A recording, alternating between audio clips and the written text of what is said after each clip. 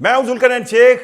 पाकिस्तान के हमसाए ईरान पर इसराइल के हमले के खदशात अब बढ़ते चले जा रहे हैं और महसूस ऐसे हो रहा है, जिस तरह के हालात पैदा किए जा रहे हैं कि किसी भी वक्त इसराइल ईरान पर हमला कर सकता है। और इसका जो सबसे पहला, सबसे बड़ा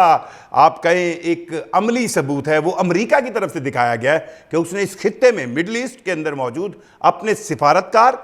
अहम तरीन ममालिक से, सऊदी अरेबिया से, यूएई से, जॉर्डन से अपने सिफारतकारों को और अहम फौजी ओहदेदारान को वापस अमेरिका बुला लिया है, जो ये निशानदेही करता है कि इसराइल के किसी मुमकिना ईरान पर होने वाले हमले के जवाब में जो ईरान जवाब देगा तो वो अमेरिका के फौजी अड्डे और सिफारतकार या फौजी ओहदेदारान निशाना बन सकते हैं। ये एक ऐसा एक अमल किया गया है। क्या इसराइल ईरान पर हमला करेगा और ईरान चुप बैठेगा? बिल्कुल नहीं। ईरान ने भी ये वाज़ेह किया है कि वो इस हमले का जवाब देंगे। आखिर ये हमला इसराइल क्यों करना चाहता है और उनका टारगेट क्या होगा? ये तो कोई ढकी छुपी बात नहीं है कि ईरान और इसराइल के जो मामलात हैं वो जो 1979 यानी कि जो इनकलाब ईरान आया था उससे लेकर बहुत ज़्यादा कशीदा हैं। और नो डाउट इसराइल के जो सबसे बड़े इत्तेहादी अमेरिका हैं उससे भी ईरान के ताल्लुकात ठीक नहीं रहे। ईरान न्यूक्लियर अंदाज में कहाँ तक पहुँचा है, इस बारे में तो अब ये बात हतमी हो चुकी है कि ईरान यूरेनियम की अफजुर्दगी उस लेवल तक अब कर सकता है कि अगर वो चाहे तो वो किसी वक्त भी न्यूक्लियर बम बना सकता है। अब ये बात इसराइल को बिल्कुल हजम नहीं हो रही, हालांकि इसराइल के पास अनडिक्लेयर्ड, गैर ऐलानशुदा खुद न्यूक्लियर पावर मौजूद है। दुनिया में डिक्लेयर्ड तो 7 न्यूक्लियर पावर्स हैं, जिसमें पाकिस्तान भी शामिल है और आपको पता है इंडिया भी शामिल है, और उसके अलावा जो 5 वीटो पावर्स है सिक्योरिटी काउंसिल की, वो शामिल है, जिसमें अमेरिका, रूस, चाइना, बरतानिया और फ्रांस है। लेकिन एक बड़ी ही मुसद्दका राय है पूरी दुनिया में कि इसराइल के पास भी अनडिक्लेयर्ड, गैर ऐलानशुदा न्यूक्लियर वेपन है, और उसी के मुकाबले में ईरान का न्यूक्लियर वेपन सेंस में एक खदशा रखा जाता है कि शायद ईरान जो है यूरेनियम की अफजुर्दगी जो है वो एटमी हथियारों के लिए कर रहा है। अब जब ईरान का मौक़िफ़ सुना जाए तो वो ये कहते हैं कि वो एटम बम नहीं बना रहे, वो अपनी जो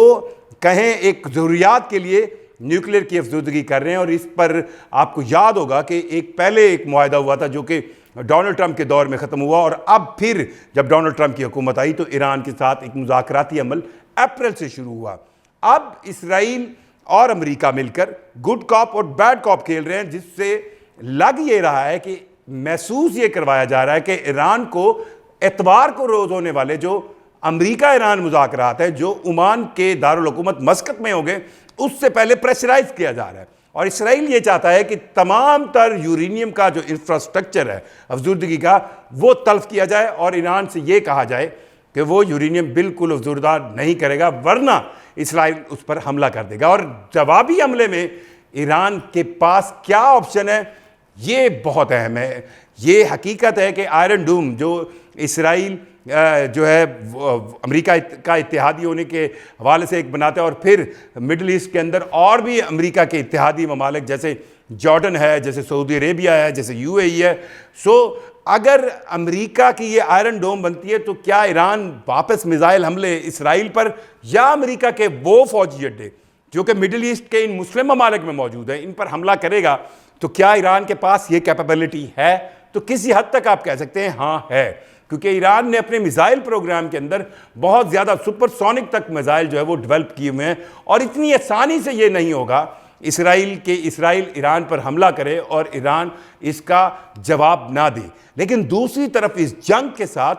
दो ममालिक के इक्तसादी मामलात बहुत बहुत बहुत ज़्यादा जुड़े हुए हैं। एक का नाम है America, United states of America, और दूसरा खुद ईरान है। ईरान के अंदर भी जो मौजूदा हुकूमत है ये मॉडर्न लोगों की हुकूमत है, और वो ये चाहते हैं कि वो इस जंग वाले स्टेटस से निकलें और इक्तसादी तौर पर आगे बढ़ें। शायद 1979 के बाद पहली बार होगा कि ईरान की हुकूमत खुलकर वेस्ट को कह रही है, मगरब को कह रही है कि वो ईरान में आएँ, इन्वेस्ट करें। लेकिन साथ साथ अमेरिका के भी जो इंटरेस्ट है मिडल ईस्ट में, वो बहुत ज़्यादा डिस्टर्ब होने की एक कहें खदशा है। और अमेरिका जो सिर्फ अब मिडिल ईस्ट पर तेल के लिए रिलाय नहीं करता, ये एक आपको जहन में रखना चाहिए कि 2008 में आखिरी बार 13 मिलियन बैरल तक तेल जो है वो अमेरिका जो है इंपोर्ट कर रहा था मिडिल ईस्ट से, लेकिन अब अमेरिका अपना खुद का तेल जो है वो निकाल कर इस्तेमाल कर रहा है। सो मिडिल ईस्ट से अमेरिका के तेल के हवाले से इतना ज़्यादा इंटरेस्ट नहीं जुड़े। लेकिन आपको ये भी याद होगा कि गुज़श्ता चंद माह के दौरान जो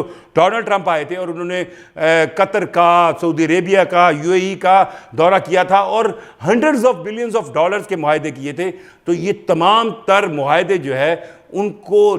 जाहिर बात है अगर मिडिल ईस्ट के अंदर एक नई जंग छिड़ेगी, इसराइल ईरान पर हमला करेगा और ईरान बदले में इसराइल समेत उसके पहले इत्तेहादी अमेरिका के फौजी अड्डों पर, जो कि मिडिल ईस्ट के मुख्तलिफ ममालिक इन्हीं ममालिक में मौजूद हैं, उन पर हमला करेगा, तो ये तमाम तर मुआहदे जो हैं उनमें खदशात और इन मुआहदों के पूरे होने के चांसेस कम हो जाएंगे। बहरहाल अगले 48 घंटे बहुत अहम है। इन 48 घंटों में एक तरफ तो इसराइल की तरफ से कोई मुमकिन हमला अगर ईरान पर किया जाएगा तो फिर ये तमाम तर टॉक्स जो अमेरिका और ईरान के दरमियान न्यूक्लियर सेंस की हो रही हैं वो ख़त्म हो जाएंगी, या फिर ये सोचा जा रहा है कि इतवार के रोज़ होने वाले अमेरिका और ईरान के मुज़ाकरात में कोई बड़ा ब्रेक थ्रू होगा। लेकिन इस वक्त तक जब मैं आपसे बात कर रहा हूँ, मिडिल ईस्ट के अंदर अमेरिका ने अपने तमाम अहम ओहदेदारान, फौजी ओहदेदारान, सिफारती ओहदेदारान, उनको वापस बुला लिया है। और ये इसलिए किया गया है कि किसी भी वक्त इसराइल ईरान पर हमला करेगा और ईरान उसके बदले में इसराइल समेत उसके पहले इत्तेहादी अमेरिका के उन फौजी अड्डों पर हमला करेगा